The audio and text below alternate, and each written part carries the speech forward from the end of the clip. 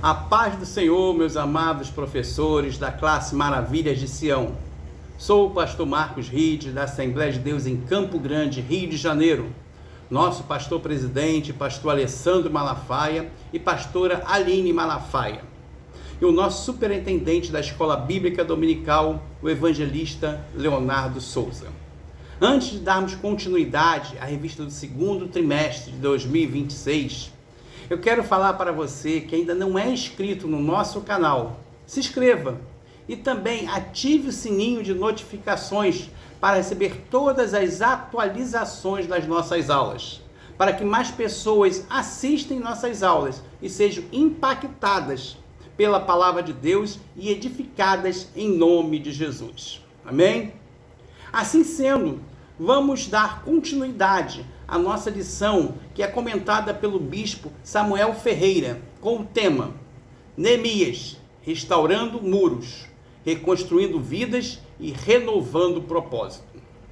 E nós hoje vamos estudar a lição de número 6, que será ministrada para os nossos alunos no próximo domingo, com o tema Discernimento Espiritual, a sabedoria divina em tempos de engano. O texto áureo da nossa revista diz assim: E conheci que eis que não era Deus quem o enviara, mas esta profecia falou contra mim, porquanto Tobias e Sambalate o subornaram. Neemias 6:12. Verdade aplicada. É preciso ser vigilante quanto às manifestações espirituais, que devem sempre estar respaldados pela palavra de Deus. Os objetivos da lição: reconhecer o perigo de acreditar em falsos profetas, identificar as características dos falsos profetas e saber como a igreja deve lidar com as profecias. O esboço da lição traz para nós a introdução. O tópico 1, o perigo de crer em falsos profetas. Tópico 2, características dos falsos profetas. Tópico 3, Neemias manteve-se fiel a Deus. E a conclusão. Então vamos para a nossa introdução do nosso autor. Ele nos diz assim: Neemias sofreu tantos ataques também de falsos profetas, que colocaram à prova a sua confiança em Deus. Nesta lição, teremos a oportunidade de aprender como identificar e lidar com essas pessoas segundo a Bíblia, tendo em vista o perigo que representam a igreja e os seus membros. Então, meus irmãos, no tempo de Neemias havia falsos profetas que pregavam mensagens que agradavam aos ouvintes, vendiam ilusões, enganavam o povo. Esses falsos profetas eram verdadeiros profissionais da religião. Enganavam para ter proveito pessoal. Não foram chamados, não tinham compromisso com Deus, falavam aquilo que o povo queria ouvir e eram aplaudidos. O discernimento espiritual é essencial para o crente, pois é a capacidade concedida por Deus para exercer além das aparências, distinguir a verdade do engano e entender os movimentos espirituais em tempos marcados por confusão e falsas doutrinas. Em um cenário onde o espírito de engano tem agido fortemente, o discernimento atua como um escudo e uma bússola, permitindo ao cristão tomar decisões corretas e proteger seu propósito. O discernimento espiritual é uma visão além da aparência. É a proteção espiritual, é provar os espíritos. O discernimento é uma proteção para não se deixar enganar e permanecer firmes no caminho de Deus. Tópico de número 1, o perigo de crer em falsos profetas. Em Jeremias 23, versículos 21 e 22, traz uma crítica profunda aos falsos profetas, Deus está dizendo que, embora esses profetas afirmem falar em seu nome, eles não foram enviados por ele. Eles distorcem a palavra de Deus, levando à corrupção da fé, divisão e escravidão espiritual e, por fim, a perdição eterna. Com a aparência de ovelhas, manipulando pessoas através de mensagens superficiais, ganância e sinais enganosos para satisfazer o próprio ego. Agem como lobo devoradores, distorcem a palavra de Deus para criar doutrinas próprias, afastando os fiéis do verdadeiro evangelho e da salvação. Eles podem realizar prodígios para impressionar, para enganar até os escolhidos, como encontramos em Mateus 24, 24, disfarçando-se como os anjos de luz. Também em 2 Coríntios 11, 14. A vida e o ensino desses profetas produzem frutos de obras da carne, como discórdia, corrupção, imoralidade e soberba. Frequentemente se opõem aos verdadeiros ensinamentos, como se encontra em Jeremias 6,14, dizendo: paz, paz, quando não há paz, evitando o arrependimento genuíno. A Bíblia adverte que os falsos profetas serão julgados e que é necessário discernir os espíritos para evitar ser enganado.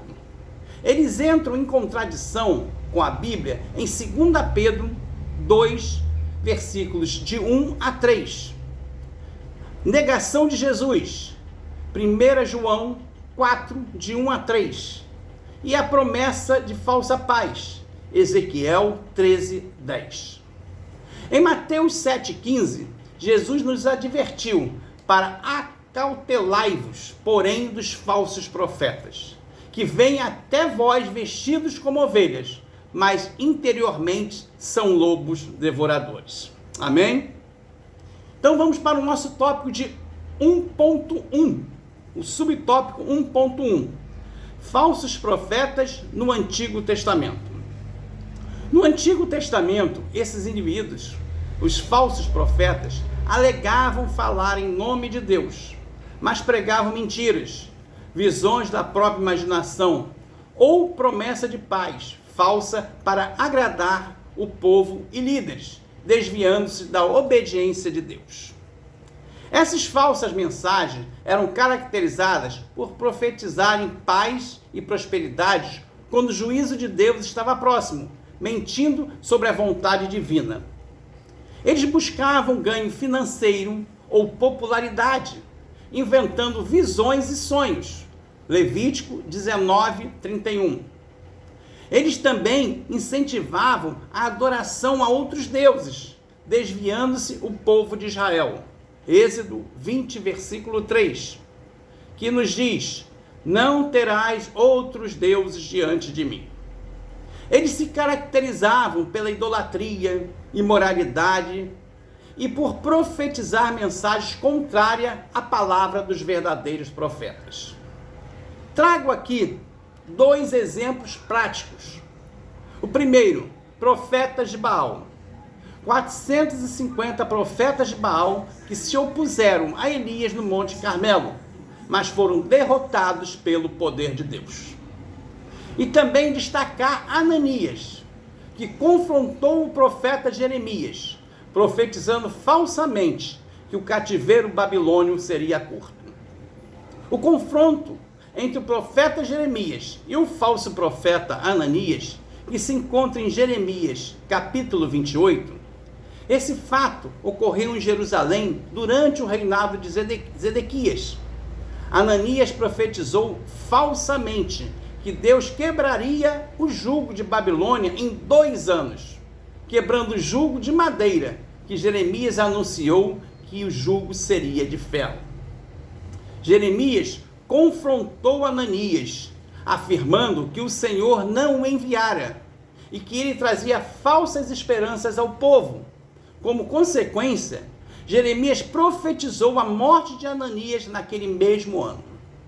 O episódio destaca a distinção entre o verdadeiro profeta, que anuncia a verdade pura, e o falso profeta, que diz o que o povo quer ouvir para ganhar popularidade, resultando em julgamento divino. Um falso profeta era reconhecido, como está em Deuteronômio 18, versículos 21 e 22. Estabelece: se a palavra de um profeta não se cumprisse, sua mensagem não vinha do Senhor. A punição para esses falsos profetas era severa, muitas vezes resultando em morte por terem pregado rebeldia contra Deus. Subtópico 1.2: falsos profetas no Novo Testamento. No Novo Testamento, em Mateus 7,15, os falsos profetas são descritos como lobo em peles de ovelha, líderes dissimulados que distorcem a palavra de Deus para ganho próprio. Enganam fiéis. Eles se infiltram na igreja, pregam doutrinas errôneas, realizam sinais milagrosos falsos e promovem heresias, sendo identificados não por suas palavras, mas pelos seus frutos, como caráter e ações que eles não têm. Jesus nos ensina a identificar os falsos profetas. Em Mateus 7, versículos 15 ao 20, nos ensina que eles aparentam piedade, mas seus frutos e ações espirituais revelam sua natureza destrutiva. Mais à frente, em Mateus 24, fala que eles realizarão sinais enganosos para desviar, se possível, os próprios escolhidos, muitas vezes com o poder de Satanás. Temos exemplo como Balaão, em 2 Pedro 2, versículo 15, e Apocalipse 2, versículo 14, que foi citado como alguém que deixou a justiça e que amou o prêmio da injustiça e desviou o povo. E também o falso profeta, em Apocalipse 19, 20, figura profética no Apocalipse que faz milagres para enganar as pessoas e adorarem a besta. A recomendação bíblica é provar os espíritos. 1 João 4, versículo 1, nos diz que é para examinar as escrituras, para garantir que a doutrina esteja alinhada aos ensinamentos de Cristo, evitando divisões e escândalos. A Bíblia ensina que nós devemos fugir desses profetas mentirosos, pois em 2 Timóteo 3,16 afirma que toda a Escritura é inspirada por Deus e útil para ensinar, repreender, corrigir e instruir na justiça. O versículo destaca a origem divina na Bíblia, capacitando o fiel para toda boa obra e orientando a conduta correta. Toda a Escritura é divinamente inspirada e proveitosa para ensinar, para redarguir, para corrigir, para instruir em justiça. Em 2 Timóteo 3,16, afirma que toda a Bíblia tem origem divina e possui propósitos práticos específicos para a vida do fiel. Tais como ensinar é transmitir a verdade e a doutrina correta sobre Deus e a vida. Repreender, que confronta o pecador e aponta o que está errado na conduta do crente. Corrigir, oferece o caminho para restaurar o que foi desviado ou endireitar novamente. Instruir em justiça, educa o fiel para viver de forma santa e agradável a Deus. Aleluia! Toda mensagem que é inspirada deve estar em consonância com o testemunho dos apóstolos e com a totalidade da Escritura, que é a norma de fé e prática da igreja. Amém, meus amados irmãos? Então vamos para o nosso subtópico 1.3, o perigo dos falsos profetas nos dias de hoje. Nos dias odiernos, O maior perigo dos falsos profetas é a distorção do evangelho para manipulação, visando benefícios próprios, frequentemente disfarçados de liderança espiritual. Entre os principais perigos estão a manipulação e exploração. Eles utilizam a fé para pedir dinheiro, vender bênçãos e alimentar o próprio ego, como foco excessivo em prosperidade ou poder, em vez de mensagem bíblica de sacrifício e amor. Também estão as falsas doutrinas e heresias que distorcem ou negam a palavra de Deus, ensinando os conceitos que não são bíblicos para atrair seguidores, gerando desvio espiritual e confusão doutrinária. Eles abusam da autoridade, criando um culto à pessoa, onde o líder torna-se intocável e exige obediência cega, muitas vezes impondo condenações severas, sentenças de ira, em vez de transmitir o amor de Deus. Ainda temos as redes sociais, que amplificam seu alcance através da internet, manipulando comportamentos e mentes, sem formar pensamento crítico, escravizando seguidores em vez de libertá-los. A recomendação bíblica e teológica é vigiar, examinando frutos, ou seja, ações e caráter, e comparando as mensagens com as escrituras, em vez de focar apenas em sinais, milagres e eloquências. O que podemos fazer para frear os falsos profetas? É essencial cultivar o conhecimento bíblico profundo, examinar todas as mensagens à luz das Escrituras e ter discernimento espiritual. A proteção envolve viver a verdade, fugir de ensinos baseados apenas em experiências ou promessas mirabolantes e priorizar a doutrina correta. O que devemos fazer para não sermos ludibriados pelos falsos profetas? Primeiro, estudar a Bíblia. Como nos fala em Josué 1, versículo 8. O conhecimento profundo das Escrituras é meditar de dia e de noite, que é a maior defesa contra heresias e distorções da palavra de Deus. Também exercer o discernimento. Em Tiago 1, versículo 5, diz que se tiver falta de sabedoria, peça a Deus.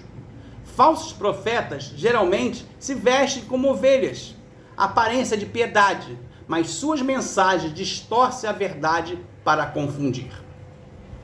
Avaliar o fruto. Mateus 7, versículos 17 e 18. Ver os frutos da árvore, analisando-se a vida e a mensagem da pessoa que está profetizando, piedade e submissão a Deus, ou se revelam manipulação, ódio e orgulho. Conhecer a Deus de verdade. Jeremias 29, 13. Diz: buscar-me-eis e me achareis, quando me buscardes de todo o vosso coração. Devemos conhecer e reconhecer que Deus é amor, mas também é fogo consumidor, rejeitando mensagens que suavizam o pecado. Edificar com a verdade não é apenas identificar o erro, mas fortalecer a fé com o ensino da sã doutrina. Em 2 Timóteo 2,15 diz: procura apresentar-te a Deus aprovado, como obreiro que não tem que se envergonhar, que maneja bem a palavra da verdade. A verdadeira autoridade não vem da eloquência ou do cargo, mas da santidade e da fidelidade à Bíblia. Glória a Deus. Então quero deixar aqui a primeira palavra-chave, que é discernimento. E neste tópico de número 1, nós aprendemos que no Novo Testamento encontramos muitas advertências quanto aos falsos profetas que se inserem no meio do povo de Deus. Tópico de número 2. Característica dos falsos profetas. Falsos profetas são pessoas que afirmam falar em nome de Deus, mas pregam mensagens que não vêm dele, visando enganar os fiéis por interesses próprios.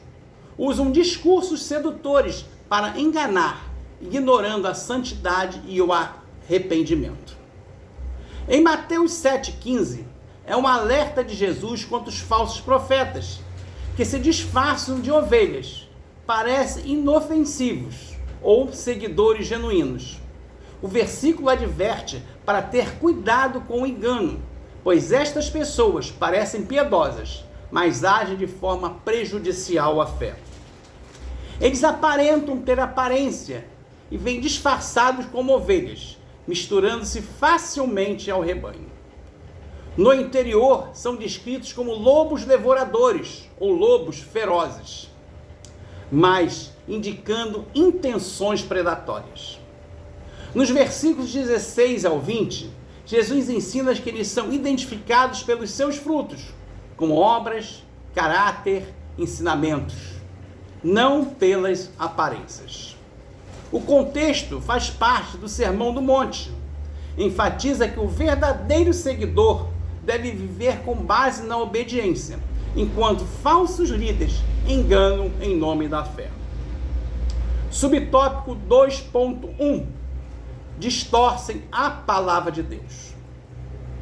Cuidado com o falso evangelho, que é uma negação determinada da fé revelada nas Escrituras, ou uma distorção dela.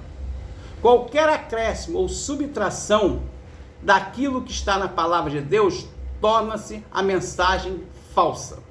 A palavra de Deus é distorcida por falsos mestres, pessoas ignorantes, estáveis ou gananciosas, frequentemente agindo como mercenários da fé. Em Gálatas 1, versículo de 8 a 9, é uma das passagens mais enfáticas do apóstolo Paulo sobre a preservação da pureza do Evangelho. A palavra grega original para amaldiçoado é anátema. Ela descreve algo ou alguém separado para destruição ou sob o julgamento divino. Paulo afirma que a autoridade do Evangelho reside na própria mensagem e não no mensageiro. Nem ele mesmo, nem mensageiros celestiais como anjos têm permissão para alterar o que foi revelado por Cristo. O apóstolo Paulo escreveu isso para combater falsos mestres que tentavam convencer os cristãos da Galácia de que a fé em Jesus não era suficiente, exigindo que eles também seguissem ritos da lei judaica, como a circuncisão, para serem salvos. A repetição quase idêntica no versículo 9 serve para mostrar que não só se tratava de um desabafo momentâneo, mas de uma advertência solene e definitiva. Em outra referência, em 2 Coríntios 11, nos versículos 13 e 14, onde o apóstolo Paulo adverte a igreja sobre falsos líderes religiosos. Diz que, pois tais homens são falsos apóstolos, obreiros fraudulentos, fingindo-se apóstolos de Cristo. E não é de admirar, porque o próprio Satanás se transforma em anjo de luz. Os pontos principais são: Paulo identifica indivíduos que operam com engano, tentando se passar por autoridades espirituais legítimas. O versículo 14 é amplamente citado para explicar que o mal nem sempre se apresenta de forma óbvia e assustadora. Ele pode assumir uma aparência de bondade, verdade ou luz para enganar as pessoas. Paulo escreveu isso para proteger-os de influências que pregavam outro Jesus ou um evangelho diferente. Em João 17:17, Jesus nos adverte e diz: santifica-os na tua verdade. A tua verdade é a verdade. Esta passagem é parte da oração de Jesus por seus discípulos antes da crucificação, pedindo ao Pai que os consagre e purifique por meio da sua palavra, que é a verdade absoluta e transformadora. Santificar significa separar para um uso sagrado ou tornar santo. Jesus pede que os discípulos sejam separados do mundo e consagrados a Deus.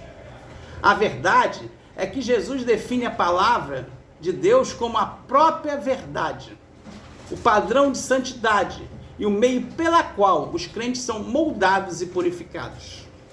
Neste contexto, Jesus está intercedendo por seus discípulos, não apenas os atuais, mas todos os que creriam através da sua mensagem, para que sejam guardados e santificados. Todos, meus irmãos, isso inclui eu e vocês. Glória a Deus, aleluia. Subtópico 2.2. Suas profecias e ensinos são antibíblicos. Os falsos profetas são indivíduos que afirmam transmitir mensagem divina sem terem sido enviados por Deus. Suas doutrinas, previsões e interpretações se desviam dos ensinamentos centrais das Escrituras Sagradas, muitas vezes infiltrando-se na igreja ou ganhando popularidade em redes sociais. Esses falsos ensinamentos frequentemente manipulam a fé, ignoram o contexto bíblico ou estabelecem datas para o fim do mundo, o que contraria a palavra de Deus. Veremos aqui alguns ensinos antibíblicos. Manipulação com profecias. A Bíblia adverte contra aqueles que usam o dom de profecia para manipular, alertando para a necessidade de julgar profecias com base na palavra de Deus. Deuteronômio 18, 22. Com datas falsas para o fim do mundo. Predições que tentam marcar o fim do mundo, frequentemente desmentidas pelo tempo, são vistas como antibíblicas, pois a Bíblia afirma que daquele dia em hora ninguém sabe. Mateus 24, 36. Com ensinos teológicos distorcidos. Ensinos que colocam foco no homem e não em Deus. Ou seja, distorcem o papel de Jesus Cristo. São considerados heresias. Salmo 118, versículos 8 e 9. Uso de esoterismo e misticismo.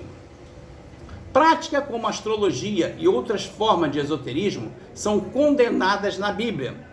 Em Deuteronômio 18, versículos do 10 ao 12, em Isaías 47, versículos de 13 ao 15, em Levítico 19, 31, por serem ilusões ou crenças contrárias ao plano de Deus. Focam no anticristo e escatologia sensacionalista. Interpretações equivocadas que focam mais no anticristo do que em Cristo, ou que criam teorias conspiratórias, muitas vezes ignoram a interpretação da história cristã. 2 Tessalonicenses 2, versículo 3. A Bíblia incentiva o exame crítico das mensagens, verificando se elas estão alinhadas com o conjunto das Escrituras, e não apenas com interpretações isoladas ou sensacionalistas. 2 Timóteo 2,15. Amém? Subtópico 2.3. Suas obras são mais. Em João 3, versículos do 19 ao 21, descreve a preferência humana pelas trevas em detrimento da luz, pois suas ações são reprováveis. E o texto contextualiza que quem pratica o mal evita a luz, para não ter suas obras expostas e reprovadas. Jesus afirma em João 7, versículo 7, que o mundo o odeia, porque ele testemunha que as obras do mundo são más. Enquanto o mal foge da luz, quem pratica a verdade busca a luz, revelando que suas ações são feitas em Deus. Essa narrativa enfatiza a rejeição e correção e a preferência por ações ocultas ou iníquas. Em Jeremias 5, versículo 31, descreve uma corrupção profunda em Judá, onde profetas pregam mentiras, sacerdotes dominam com autoridade própria e o povo aprova essa situação enganosa. O versículo denuncia líderes corruptos e seguidores omissos, questionando o destino final deles diante do julgamento de Deus. Neste cenário, os profetas profetizam mentira, os sacerdotes governam com sua própria autoridade, e o meu povo gosta destas coisas. No final deste versículo, o profeta deixa uma pergunta: mas o que vocês farão quando tudo isto chegar ao fim? O capítulo destaca um ambiente de coisa espantosa e terrível na terra, onde a verdade foi abandonada. Aqui nos traz um alerta sobre falsos líderes e a responsabilidade de quem aceita a mentira, evidenciando que o silêncio de Deus não é aprovação, mas um tempo dado para o arrependimento.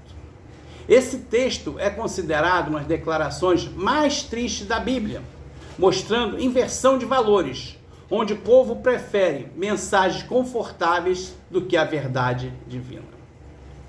Em Atos 20, versículo 29, traz o alerta do apóstolo Paulo aos presbíteros de Éfeso.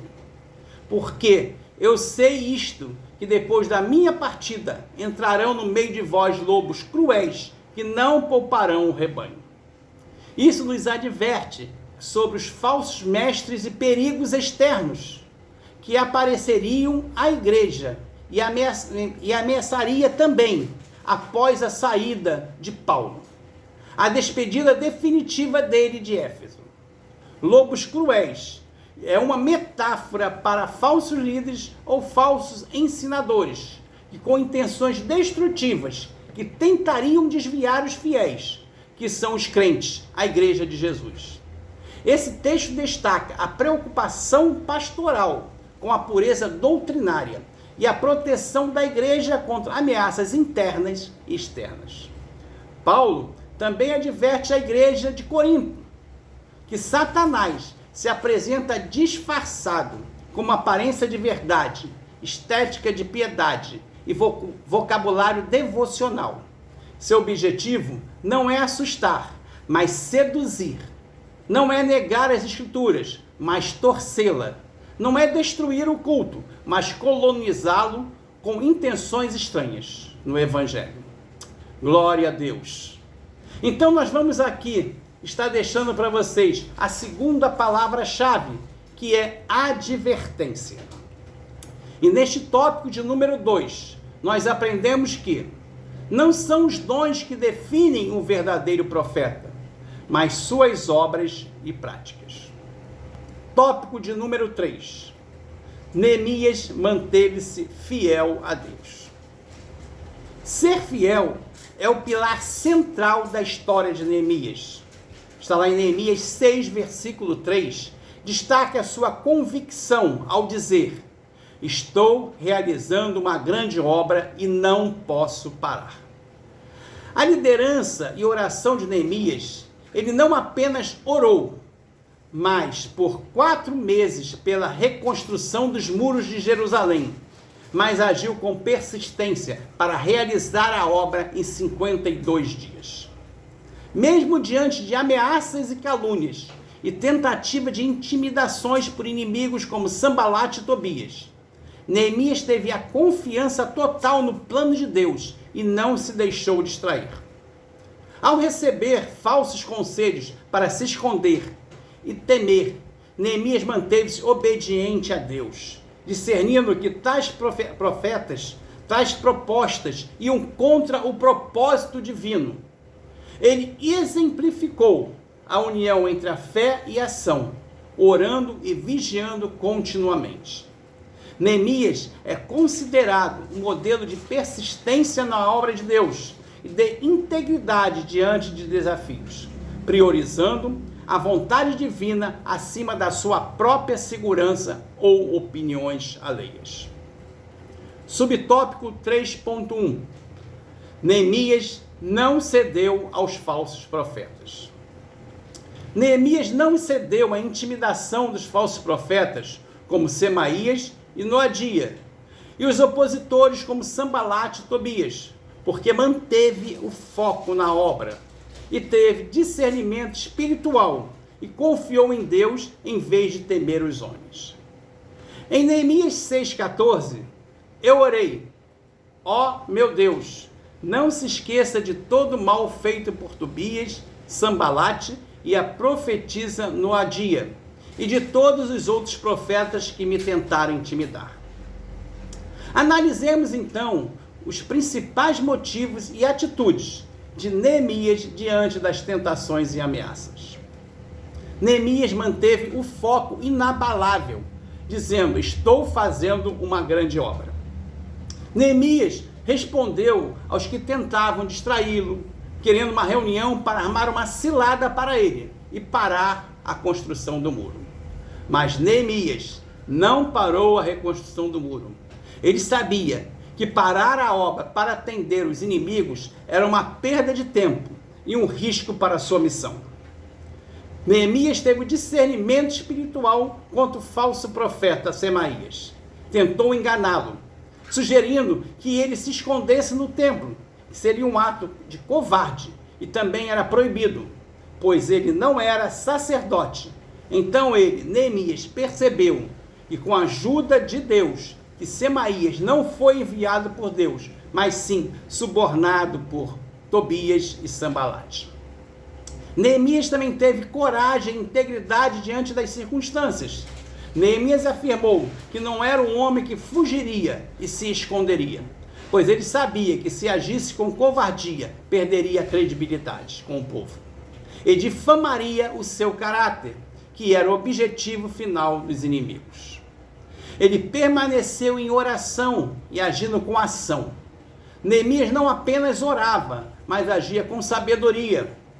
Ele expôs a mentira de Semaías e registrou as intenções de Noadias e outros falsos profetas que queriam amedrontá-lo. Pois Neemias tinha o conhecimento da missão. Ele estava firme na convicção de que Deus o chamara para aquela reconstrução, o que o tornou imune a falsas profecias que tentavam desviar o seu propósito. Vou deixar aqui uma pergunta: como estamos reagindo às providências de Deus? Nós precisamos estar atentos e seguros na palavra de Deus, para não sermos levados por espíritos enganadores. 1 Timóteo 4, versículos 1 e 2. Aleluias, glórias a Deus. Subtópico 3.2. Neemias julgou a profecia. Neemias desmascarou a falsa profecia de Semaías, que foi subornado por Sambalate e Tobias, agindo com discernimento espiritual, coragem e recusa em se esconder no templo, e que violaria a lei mosaica, que se encontra registrado em Neemias 6, do versículo 10 ao 14. Neemias identificou a intenção maliciosa e percebeu que a profecia de que ele seria morto à noite não vinha de Deus, mas era uma armadilha para amedrontá-lo e difamar sua reputação. Ele recusou o esconderijo que Semaías sugeriu que se encontrasse no templo para proteção. Neemias recusou, afirmando que um homem na sua posição não fugiria o que não entraria no templo, sendo ele um governante, não um sacerdote, para salvar sua vida. Neemias reconheceu e percebeu que Tobias e Sambalate haviam contratado Semaías para fazê-lo pecar e espalhar boatos, manchando sua reputação perante o povo. Ele priorizou a obra e manteve o foco na reconstrução dos muros, respondendo que estava fazendo uma grande obra e não podia parar. Jeremias 6:3. Resumindo, Jeremias julgou a profecia automaticamente e a rejeitou. Confrontou o profeta falso e continuou a obra, confiando na proteção divina e mantendo sua integridade. O cristão maduro e experiente deve se cobrir de toda a armadura, como a verdade da mente, a justiça do coração e a fé nas mãos, para que nenhuma flecha do inimigo encontre algum espaço desprotegido. Amém? Subtópico 3.3. A profecia não dá direção pessoal. De acordo com as visões bíblicas tradicionais e continuistas, a profecia genuína foca no coletivo, como edificar, exortar e consolar a igreja, em vez de ditar decisões pessoais detalhadas. O verdadeiro dom de profecia serve para fortalecer a igreja, encorajar os fiéis, trazer consolo, não para manipular ou controlar vidas individuais. A Bíblia é que nos traz direção principal. E a direção pessoal principal vem da palavra de Deus, a Bíblia Sagrada, não de palavras proféticas individuais.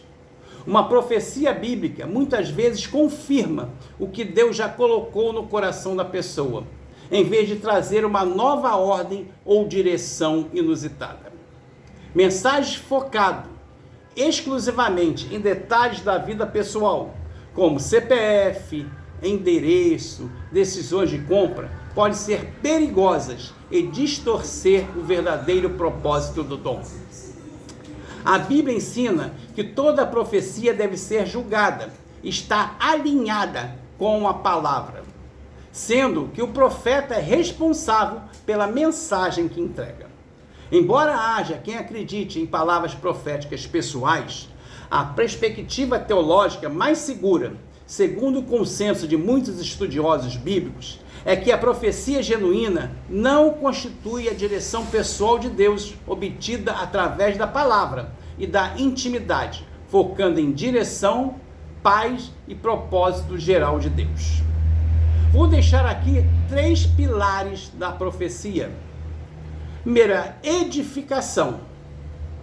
O objetivo de construir e fortalecer a fé da comunidade ou do indivíduo. Exortação ou encorajamento. O ato de estimular, motivar e chamar a ação ao arrependimento. Consolação ou consolo.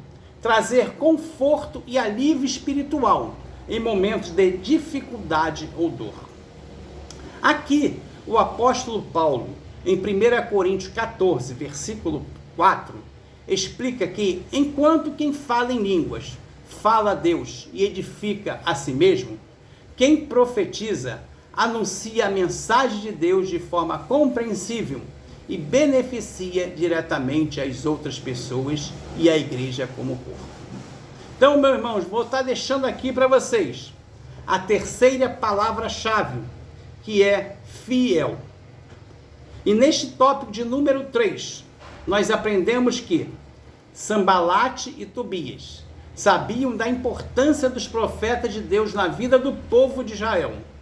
Por isso, subornaram alguns deles para atemorizar Neemias. A conclusão da revista nos diz assim: Jesus nos advertiu sobre os falsos profetas.